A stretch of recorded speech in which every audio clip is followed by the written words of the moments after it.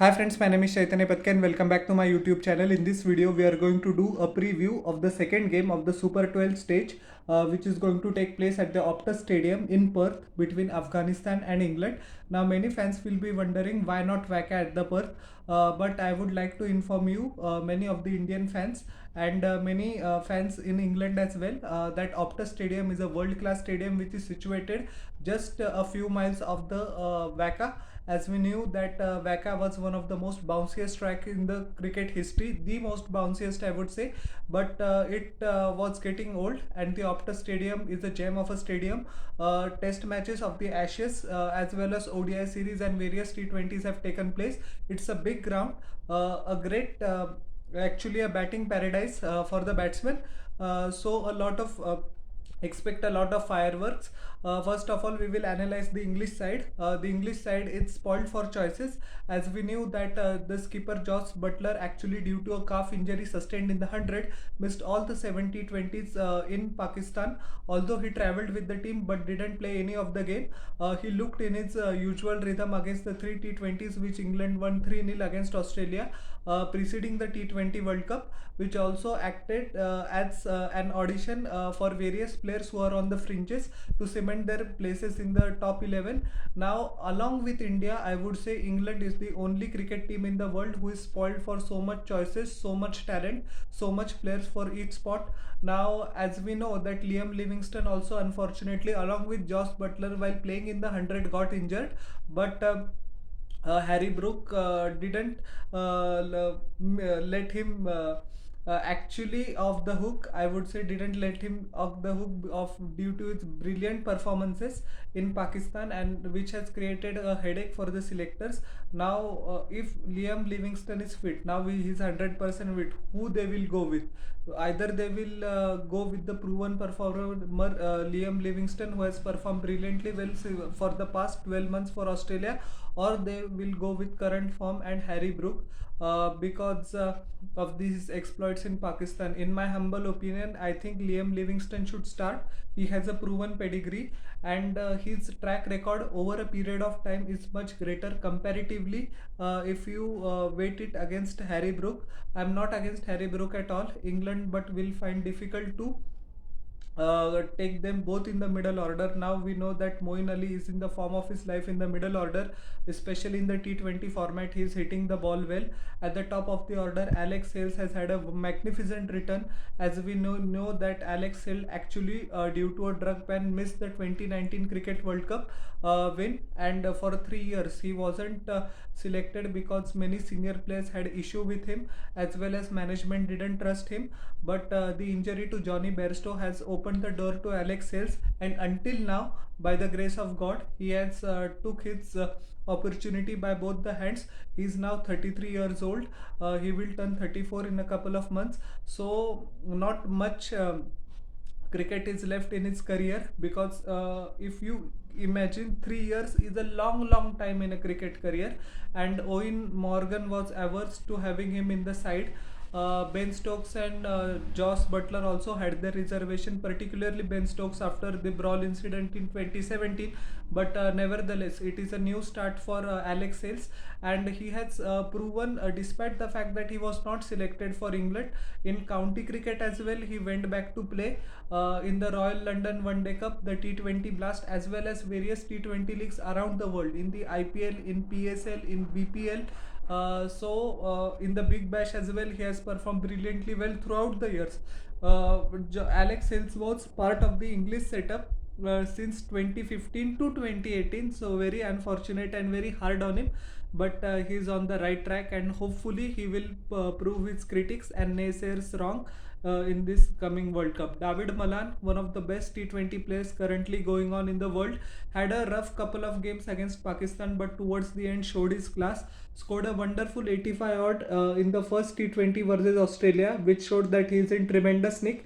And the form of David Malan is also very crucial, because as we know that in the T20 format, he has replaced Joe Root, who is a titan in his own right in the Test and T20s. So there is a lot of expectation from David Malan as well.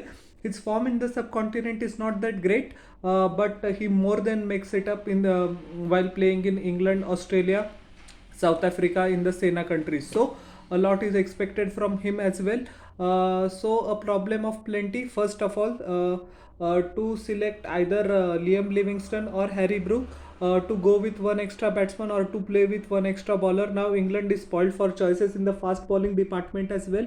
They have Richard Gleeson, who has bowled wonderfully well, the 34-year-old late bloomer. As we know that he's dismissed Virat Kohli couple of times in the T20 series 3 months ago. He has bowled wonderfully well in the 100 as well, so he has got his reward. Timal Mills, as we know, the Indian fans knows him for his stint in Royal Challengers Bangalore as well as Mumbai Indians. Bowls at a very awkward pace for the batsman. Chris Woakes has come into his own. He can play a couple of lusty blows towards the latter part of the innings, so he also makes a very good case for himself. And Chris Jordan, who nails his Yorker. He has been one of the most experienced T20 bowlers England have. Plies his trade around the world in T20 leagues. So the English selectors will be spoiled for choices, and it I won't be surprised to see if they employ horses for courses strategy. Select particular player against particular team. But yes, the first game is going to be interesting. Although in this game against Afghanistan, England are favorite, but you can never count out any side in the T20 format, especially what we saw in the qualifiers. Namibia knocking off Sri Lanka in the very first game. West Indies were lost to West Indies lost to, I beg your pardon, to Ireland and crashed out of the T20 World Cup. That is the biggest shock. So yes, any team cannot be underestimated, and T20 format is Afghanistan's best format. So they always have a chance in it. They have a barrage of spinners, including the world-class Rashid Khan, the number two bowler in the ICC T20 rankings. As we know that he is a proven performer, and he has a lot of experience. First of all, playing for the Adelaide franchise in the Big Bash League.